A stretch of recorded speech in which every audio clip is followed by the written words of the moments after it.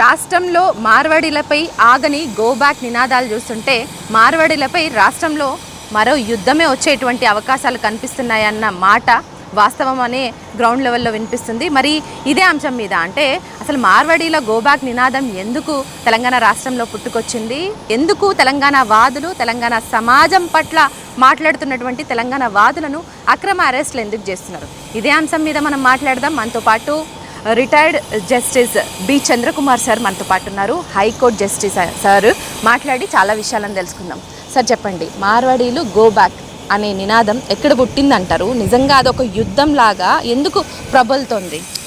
అసలు వాస్తవంగా చెప్పాలంటే ఒక కులం విషయంలోనూ ఒక జాతి విషయంలోనూ ఇట్లా విద్వేషాలు పుట్టడం అనేది సరైన పద్ధతి కాదు. అది మార్వాడీలు కావచ్చు, గుజరాతీలు కావచ్చు, ముస్లిమ్స్ కావచ్చు, ఎవరైనా కావచ్చు, అందరికీ జీవించే హక్కు ఉన్నది, అందరికీ వ్యాపారాలు చేసుకునే హక్కు ఉన్నది. ఎవరిని వెళ్ళిపోమ్మనేటటువంటి హక్కు ఇంకెవరికి కూడా లేదు వాస్తవంగా చెప్పాలంటే. అయితే ఇక్కడ తెలంగాణ వరకు వచ్చేసరికి ఒక ప్రత్యేకమైన పరిస్థితులు ఉన్నాయి. తెలంగాణ వెనుకబడ్డ ప్రాంతం, విద్యాపరంగా కూడా వెనుకబడ్డది, వ్యాపార రంగంలో వెనుకబడ్డది. ఏది కనీసం మన నీళ్లు మనకు వచ్చేటటువంటి పరిస్థితి కూడా లేకుండా పోయింది ఒకనొక దశలో. ఆంధ్ర ప్రాంతంను తెలంగాణను కలిపేసిన తర్వాత ఫస్టే ముల్కీ ఉద్యమం 1950లోనే ప్రారంభమైంది. ఎందుకంటే మన ఉద్యోగాలు మనకు కావాలి, రావడం లేదు అనేది. అంటే మామూలుగా 4th క్లాస్ ఎంప్లాయీ పోస్టులు ఒక జిల్లాలో ఒక 100 post 4th class employees post వస్తే 70-80 ఇతర ప్రాంతాల వాళ్ళకి ఇచ్చేవాళ్ళు. ఇక్కడ పరిస్థితి అరే 4th క్లాస్ ఎంప్లాయీస్ పోస్టుకు కూడా వేరే ప్రాంతాల వాళ్ళు చేస్తున్నారు. ఒక ప్రాంతం ఒక పరిశ్రమ పెట్టారు, ఎక్కడి నుంచో వచ్చి ఎవరైనా కావచ్చు, పెడితే మేనేజరు వాళ్ళ ప్రాంతం వాళ్ళే ఉంటాడు, అకౌంట్ ఆఫీసరు వాళ్ళ ప్రాంతం వాళ్ళే ఉంటారు, చివరకు కార్ డ్రైవర్లు కూడా వాళ్ళ ప్రాంతం వాళ్ళే ఉండేటటువంటి ఒక పరిస్థితి ఏర్పడుతున్నది అన్నట్టు. అందుకని ఇవన్నీ విషయాలలో ఏమైపోయిందనంటే తెలంగాణకు ఒక తీవ్రమైన అన్యాయం జరుగుతూ వచ్చింది. నిధుల కేటాయింపులు నుంచి మొదలుపెట్టుకుంటే నదీ జలాల కేటాయింపులు కూడా దానిలో లెఫ్ట్ కెనాలు, రైట్ కెనాలు ఇట్లా కనుక ఉన్నట్లయితే ఏ కెనాల్ అయితే ఆంధ్ర ప్రాంతానికి పోతున్నదో దాన్ని ఫ్లో కావడం.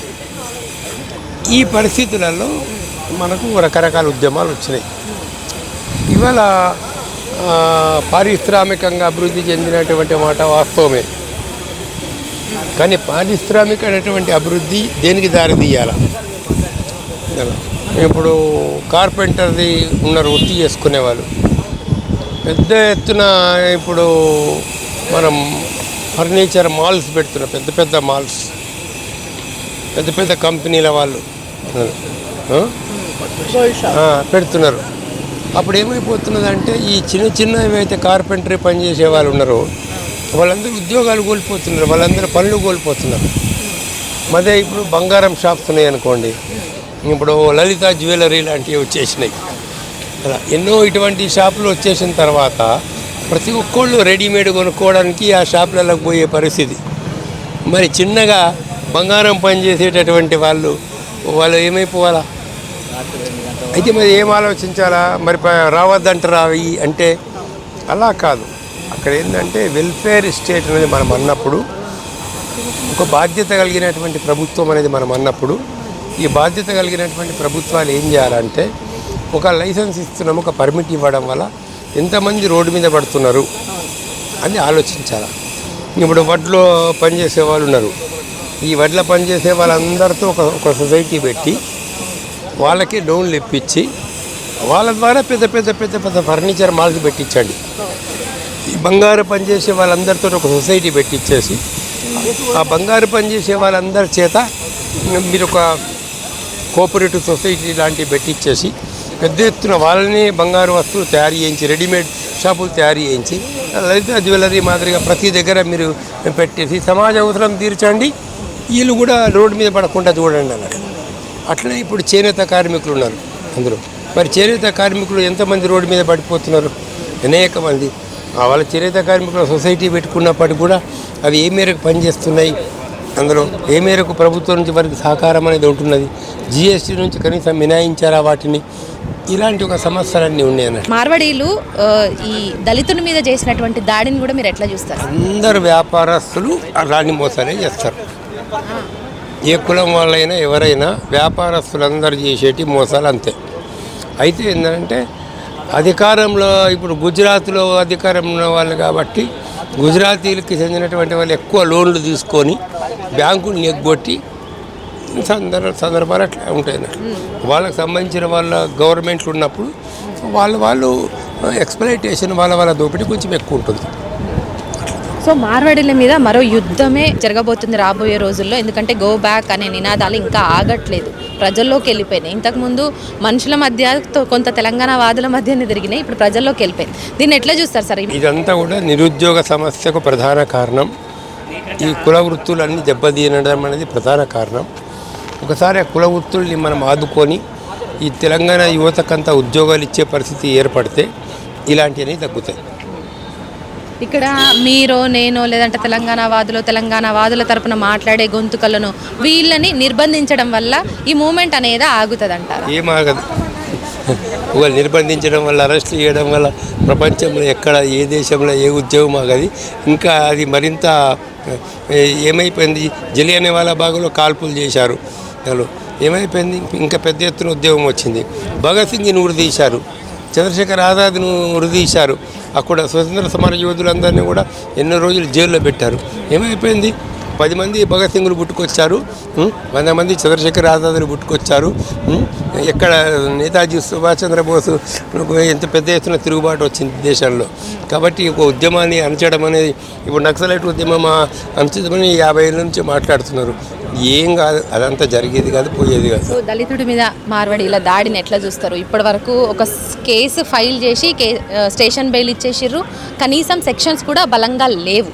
ఇప్పటి వరకు వాళ్ళని అరెస్టులు కానీ కోర్టు ముందు హాజరుపరచడం ఇట్లాంటివి కూడా ఏం లేదు. యాజ్ ఏ రిటైర్డ్ జస్టిస్గా మీరు ఏం చెప్తారు సార్? పైసలు ఉన్నోడికి న్యాయం జరుగుతుంది చాలా చోట్లల్లా. ఎవరి దగ్గర అయితే పైసలు ఎక్కువ ఉంటాయో అన్ని పోలీస్ డిపార్ట్మెంట్లు అందరూ వాళ్ళకి అనుకూలంగానే ఉండే పరిస్థితి ఇప్పుడు ఉన్నది. అది ఈ అక్రమ అరెస్ట్లను ఎట్లా చూస్తారు? ఇప్పుడు పృథ్వీ అన్నన్ కావచ్చు, ఎవ్వరు గొంతెత్తి తెలంగాణ వాదుల తరపున మాట్లాడినా మన హక్కులు, మన వనరులను దోచుకొని మనకు ఉపాధి అవకాశాలు తగ్గుతున్నాయి, మన ఉపాధి అవకాశాలను కొల్లగొడుతుర్రు అనే నినాదంతో ఈ మార్వాడి గోబ్యాక్ అనే నినాదం బయటకు వచ్చింది. మరి ఈ అక్రమ అరెస్ట్లను ఎట్లా చూస్తారు? ఇంటి నుంచి రాత్రిపూట 12 గంటలకు అరెస్ట్ చేసి తీసుకుపోయేటువంటి విధానాన్ని ఏం చెప్తారు? సమస్యకు మూల కారణం ఏంటో తెలుసుకోకుండా, ఈ సమస్యను ఎలా పరిష్కరించాలో ఆలోచించకుండా పైన అరెస్టులు చేసే దానివల్ల లాభం ఏమున్నది? సమస్యకు మూల కారణం నిరుద్యోగ సమస్యకు మూల కారణం చిన్న వృత్తుల వాళ్ళు, కుల వృత్తుల వాళ్ళు దెబ్బలు తినడం. వాళ్ళు ఎలా బాగుపడాలా, వాళ్ళని ఎలా చేయాలా, ఇది ఆలోచించాల ప్రభుత్వం. పృథ్వీని అరెస్ట్ చేస్తాను, ఇంకెవరినో అరెస్ట్ చేస్తాను, అది ఆగేది కాదు. కాంగ్రెస్ ప్రభుత్వం వ్యవహరిస్తున్నటువంటి తీరు ఒక్కటే అండి, కాంగ్రెస్ ప్రభుత్వము వాళ్ళు ఏవైతే ఎన్నికల వాగ్దానాలు చేసినారో, ఉద్యమకారుల పట్ల వాగ్దానాలు చేసినారు, ప్రజల పట్ల వాగ్దానాలు చేసినారు, వాటిని సిన్సియర్గా అమలు చేయాల్సిన బాధ్యత వాళ్ళ మీద ఉన్నది. పైకి చెప్పడం, లోపల చేయడం ఒకటి కాదు. దాని లోపల నువ్వు పైకి సామాజిక న్యాయం అని చెప్తున్నావనంటే లోపల నుంచి కూడా నీకు సామాజిక న్యాయం చేయాలనే తపన నీ లోపల ఉండాలి. అందులో ఉద్యమకారులకు లాభం చేయాలనే ఉద్దేశం ఉంటే పైన మాటలు కాదు, నిజంగానే ఉద్యమకారులకు లాభం చేయాలి. ఆ రోజు కేసీఆర్ ఉన్నప్పుడు 11 ఏళ్ళు ఉద్యమకారులకు నష్టం జరిగింది. ఇవాళ తెలంగాణ ప్రభుత్వం ఏర్పడి దాదాపు 2 years అవుతున్నది కూడా కావస్తుంది. ఎంతమంది తెలంగాణ ఉద్యమకారులకు పెన్షన్ ఇచ్చినారు మీరు? ఎంతమందికి ఇళ్ల స్థలాలు ఇచ్చినారు? మరి ఎంతమంది అమరవీరుల కుటుంబాలను మీరు ఆదుకున్నారు? ఊరికే వాగ్దానాలు చేయడం కాదు. ఇవాళ అధికారంలోకి వచ్చిన రేవంత్ రెడ్డి గారి మిగతా వాళ్ళంటే వాళ్ళంతటా వాళ్ళు మా శక్తితోటి అధికారంలోకి వచ్చినామనుకుంటే అది బలుపు. అలా ఏం కాదు. మొత్తం ప్రజలందరూ కలిసి ఎంతోమంది విద్యార్థులు, ఎంతోమంది ఉద్యోగులు, ఎంతోమంది గ్రామీణ ప్రాంతం వాళ్ళు, ఎంతోమంది తెలంగాణ ఉద్యమకారులు ఎంతో మాలాంటి వాళ్ళు ఎన్నో సంఘాల వాళ్ళు రకరకాల ప్రయత్నాలు చేయడం వల్ల కదా ఇవాళ వీళ్ళకు వచ్చినారు అధికారంలోకి. మరి వీళ్ళు ఆలోచించాలి మేము ప్రజల కోసం ఏం చేయాలనేది. చేయకపోతే ప్రజలు ఎవరికి ఏ టైంలో ఎట్లా గుణపాఠం చెప్పాలో అట్లా గుణపాఠం చెప్తారు. సో రాష్ట్రంలో ఈ మార్వాడీల మీద ఆగని ఈ నినాదాన్ని, గో బ్యాక్ అనే నినాదాన్ని ఎక్కడి వరకు తీసుకెళ్లే అవకాశాలు ఉన్నాయంటారు? ఎక్కడి వరకు పోతుంది సార్ అంటే గో బ్యాక్ అనే సమస్యలు ఉన్నంతసేపు ఉద్యమాలు ఉండనే ఉంటాయి. సో మొత్తానికైతే తెలంగాణ రాష్ట్రంలో కాంగ్రెస్ పార్టీ అధికారంలోకి వచ్చే ముందు ఎన్నో వాగ్దానాలు చేసింది. పథకాల అమలు తీరుపైన అసలు అవేవి కనిపించట్లేదు. వాగ్దానాలు ఒకసారి చేసినప్పుడు నిజంగా వాటి అమలుకై కష్టపడాలి ప్రభుత్వాలు, కానీ ఆ దిశగా కాంగ్రెస్ ప్రభుత్వం వ్యవహరించట్లేదు.